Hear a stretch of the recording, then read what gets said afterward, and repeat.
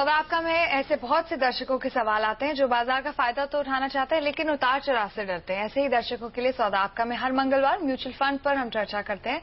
Mutual fund का पैसा भी बाजार में ही लगता है लेकिन ये काम आपके लिए एक एक्सपर्ट का करता है जिससे नुकसान का खतरा काफी कम हो जाता है। आज म्यूचुअल फंड से जुड़े सवालों के जवाब देने के लिए हमारे साथ हैं वाइज इन्वेस्ट एडवाइजर्स के हेमंत रुस्तगी। हेमंत, स्वागत है आपका सौदा आपका में।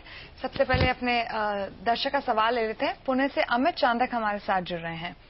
हाय अमित, बताइए क्या सवाल है आपका, क्या करते हैं आप? मैं वर्किंग प्रोफेशनल हूँ। मैं पूना में रहता हूँ। राइट। I'm 32 year old. तो मेरे कुछ गोल्स है जो मैंने बताया है, जैसे चाइल्ड एजुकेशन के लिए 30 lakh after 15 hours, child marriage के लिए 20 lakh after 19 year, okay, and retirement corpus 70 lakh after 23 year. Okay, और आप ऑलरेडी म्यूचुअल फंड्स में इन्वेस्टेड हैं? हाँ, मैं लास्ट 3 ईयर से म्यूचुअल फंड में इन्वेस्ट कर रहा हूँ। ये मैं म्यूचुअल फंड जो सिलेक्ट किए आपका शो देख के ही मैंने सिलेक्ट किए थे। ओके, तो कौन से म्यूचुअल फंड है बताएंगे आप? हाँ, फर्स्ट म्यूचुअल फंड है HDFC टॉप 200 जिसमें मैं 3500 रुपीज पर मंथ इन्वेस्ट करता हूँ। सेकेंड है DSP black rock equity fund जिसमें 2500 rupees per month. Okay. Third one is Sundaram select mid cap appreciation rupees 1500 per month, and ICICI focus blue chip 1000 rupees per month. Okay Hemant, 4 mutual funds में already अच्छे से invested हैं और goals आपने सुन ली है इनके क्या है, तो कोई चेंजेस सुझाएंगे या ये फुली इन्वेस्टेड है अभी? देखिए अमित, सबसे पहले मैं कहना चाहूंगा कि आपने जो फंड सिलेक्शन है आपकी वो काफी अच्छी है। इसमें बेसिकली अगर हम इसको एनालाइज करें तो इसमें 2 लार्ज कैप फंड है, एक HDFC टॉप 200 जिसमें प्राइमरीली 85% जो है लार्ज कैप में और 15% जो है मिड कैप में, और ICICI फोकस ब्लू चिप भी एक प्योर लार्ज कैप फंड है, और DSP इक्विटी जो है एक मल्टी कैप फंड है, और सुंदरम सेलेक्ट मिड कैप जैसा कि नाम सजेस्ट करते हैं एक मिड कैप फंड है। तो एक तो इन फंड की क्वालिटी अच्छी है, इनकी परफॉर्मेंस जो है काफी कंसिस्टेंट है, और जो मिक्स होना चाहिए पोर्टफोलियो में लार्ज कैप मिड कैप और मल्टी कैप का, आई थिंक बिल्कुल सही है।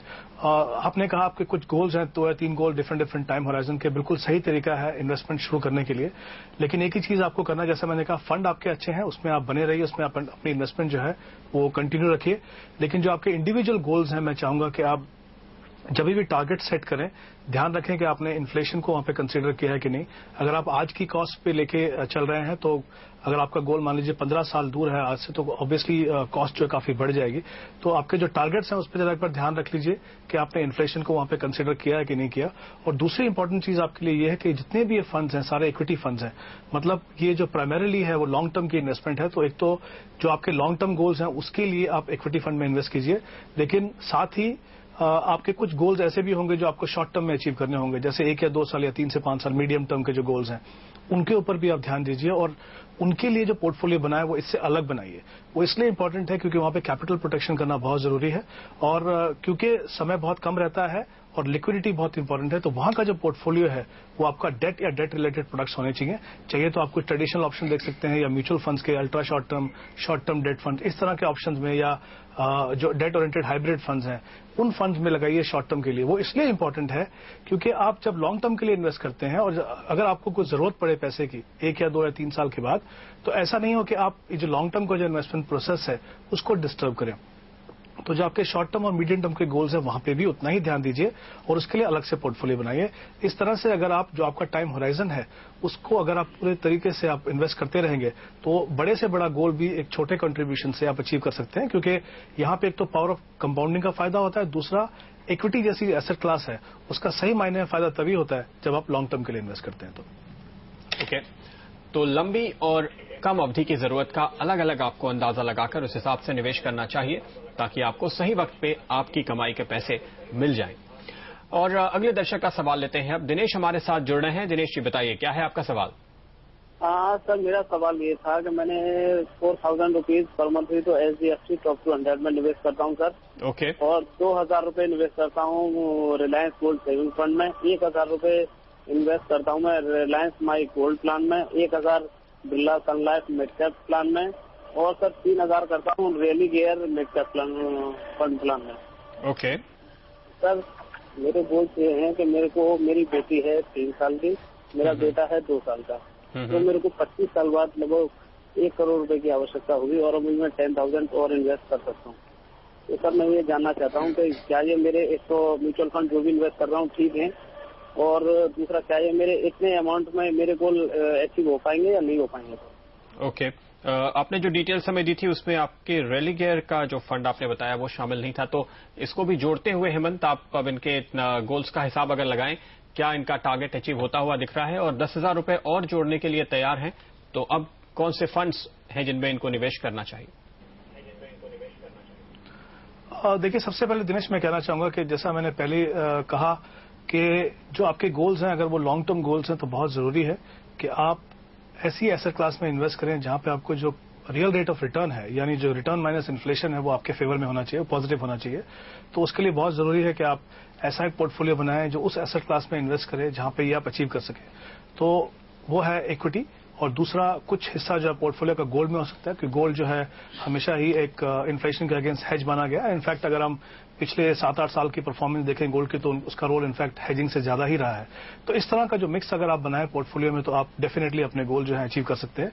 जहां तक फंड्स का सवाल है, जैसा मैंने पहले कहा कि एक अच्छा मिक्स होना चाहिए लार्ज कैप का। आपके पास HDFC टॉप 200 फंड है, 3,500 आप इन्वेस्ट कर रहे हैं, बहुत ही अच्छा फंड है, उसमें आप डेफिनेटली कंटिन्यू कर सकते हैं। और एक गोल्ड फंड आप रिलायंस का जो है, ये एक फंड ऑफ फंड है जो उसी म्यूचुअल फंड के ETF में इन्वेस्ट करता है, तो वो भी आप कंटिन्यू कर सकते हैं। मिड कैप जो फंड है, आपने बोले 2 जो फंड है, मुझे लगता है मिड कैप में आपको थोड़ा सा चेंज करने की जरूरत है। Mid cap fund definitely portfolio में उसका रोल है, और जो बिरला मिड कैप फंड है, जो रेलिगेयर मिड कैप फंड है, उसके बजाय मैं आपको 1 या 2 और फंड रिकमेंड कर रहा हूं, आप उनको देखिए। जैसे एक ICICI प्रू डिस्कवरी फंड है या रिलायंस इक्विटी अपॉर्चुनिटी फंड है। इस तरह के जो फंड है, इनको अगर आप देखें तो मुझे लगता है कि वो ज्यादा कंसिस्टेंट और बेहतर क्वालिटी पोर्टफोलियो है, और उससे अच्छा आपको रिटर्न दे सकते हैं। जहां तक एडिशनल इन्वेस्टमेंट का सवाल है, आपके पास एक ऑलरेडी लार्ज कैप फंड है। मिड कैप फंड में जैसा आप 1 या 2,000 रुपए इन्वेस्ट कर रहे हैं, वहां पे आप थोड़ा सा इन्वेस्टमेंट को बढ़ा सकते हैं। चाहिए तो आप 2,000 रुपए उसमें और ऐड कर दीजिए। और मैं चाहूंगा कि यहाँ पे 1 या 2 आप अच्छे गुड क्वालिटी जो डाइवर्सिफाइड फंड है, उनको आप डेफिनेटली अपने पोर्टफोलियो में इंक्लूड कर सकते हैं। जैसे यहाँ पे एक Canara Robeco diversified equity fund है, उसको आप देख सकते हैं, या ICICI का प्रू डायनेमिक इक्विटी फंड है। इस तरह का 1-2 फंड आप अपने पोर्टफोलियो में इंक्लूड कीजिए ताकि सही बैलेंस हो। क्योंकि देखिए, जो कमिटमेंट है आपकी लॉन्ग टर्म की, वो इक्विटी की है, तो उसको आप कंटिन्यू करना है, लेकिन साथ में ये भी जरूरत है, स्पेशली ये ध्यान रखते हुए कि इक्विटी जो है एक एग्रेसिव एसेट क्लास है, तो बहुत जरूरी है कि जो आपका एक्सपोजर है डिफरेंट मार्केट सेगमेंट्स में, जैसे लार्ज कैप, मिड कैप और स्मॉल कैप, वो सही प्रोपोर्शन में होना चाहिए। हमेशा ध्यान रखिए, जब लॉन्ग टर्म के लिए इन्वेस्ट करें तो बायस यानी ज्यादा हिस्सा जो है वो लार्ज कैप में हो, और उससे कम जो है मिड कैप में, और थोड़ा सा हिस्सा जो है चाहे तो आप जैसा स्मॉल कैप में होना चाहिए। वो काम जो है आपका एक मल्टी कैप फंड करता है। तो इस तरह से अपने पोर्टफोलियो में बदलाव कीजिए, क्योंकि आपके सारे गोल जो लॉन्ग टर्म के हैं, और अगर आप ये 15,000 रुपए आप इन्वेस्ट करते हैं, 15-16,000 जो पूरा समय के लिए, तो मुझे लगता है अपना डेफिनेटली गोल अचीव कर पाएंगे। ऑलराइट, तो ये थोड़े से चेंजेस आप करें अपने पोर्टफोलियो में, जैसे आपको हेमंत ने सुझाया है, और आप कुछ जो फंड ऐड करना चाहते हैं, कैनरा रोबेको डाइवर्सिफाइड और ICICI प्रू डायनामिक फंड पर आप नजर रख सकते हैं। लेंगे इसी के साथ एक छोटा सा ब्रेक, और ब्रेक के बाद हम HNI यानी हाई नेटवर्थ इन्वेस्टर्स के लिए हेमंत की स्ट्रैटेजी जानेंगे। बने रहिए हमारे साथ। Welcome back. ब्रेक से पहले हमने बात की थी म्यूचुअल फंड की, और अब हम HNI यानी हाई नेटवर्थ इन्वेस्टर्स की स्ट्रैटेजी बनाने में भी आपकी मदद करेंगे। हेमंत, बताइए HNI के लिए क्या स्ट्रैटेजी आप सुझाएंगे कि वो मैक्सिमम रिटर्न्स इनको मिल पाए, और क्या ऑप्शंस होती हैं? देखिए, जहां तक HNI इन्वेस्टर्स का सवाल है, उनकी जो इन्वेस्टमेंट स्ट्रैटेजी के 2 इंपॉर्टेंट एस्पेक्ट होने चाहिए जहां पे उनको ध्यान रखना है। एक होता है एसेट एलोकेशन, दूसरा होता है जो रिटर्न्स है उसकी टैक्स एफिशिएंसी, यानी जो रिटर्न जो उनको मिलते हैं वो टैक्स एफिशिएंट होने चाहिए। वो इसलिए इंपॉर्टेंट है क्योंकि HNI जो है वो हाईएस्ट टैक्स ब्रैकेट में 30% में आते हैं। तो बहुत, अगर वो ऐसे इन्वेस्टमेंट ऑप्शन में इन्वेस्ट करें जहां पे उनको पूरा अगर टैक्स देना है, तो उनकी जो पोस्ट टैक्स रिटर्न है काफी हद तक कम हो जाती है।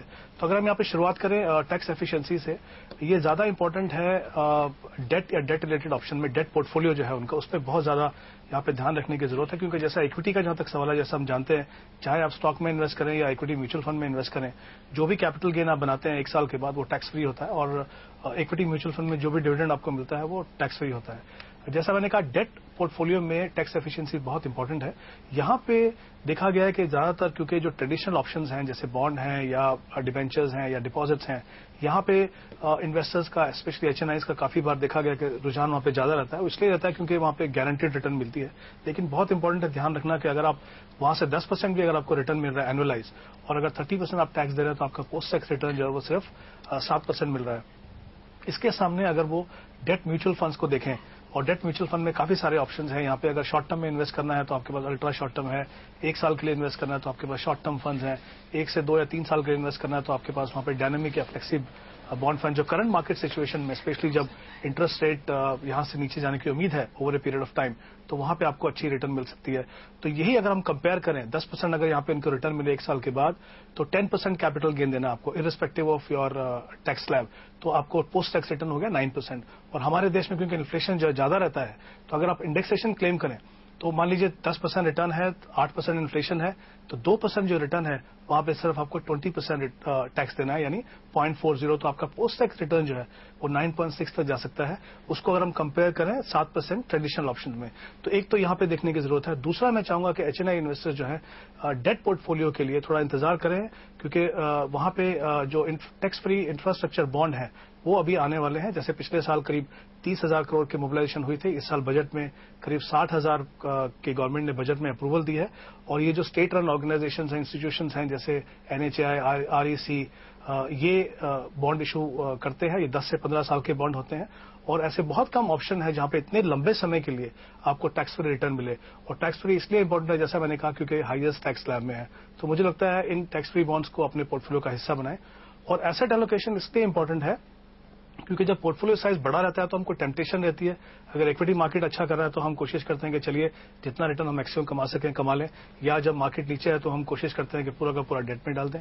एसेट एलोकेशन, चाहे आप एचएनआई हो, आप किस तरह के भी इन्वेस्टर हो, बहुत इंपॉर्टेंट एस्पेक्ट है। तो आई थिंक वहां पे थोड़ा सा ध्यान दें। और इक्विटी में अगर जैसे इन्वेस्ट करते हैं एसेट एलोकेशन के पॉइंट ऑफ व्यू से, तो कुछ जैसे फंड है थोड़े से 10 या 15% एग्रेसिव फंड भी पोर्टफोलियो में लगा सकते हैं इस समय पे।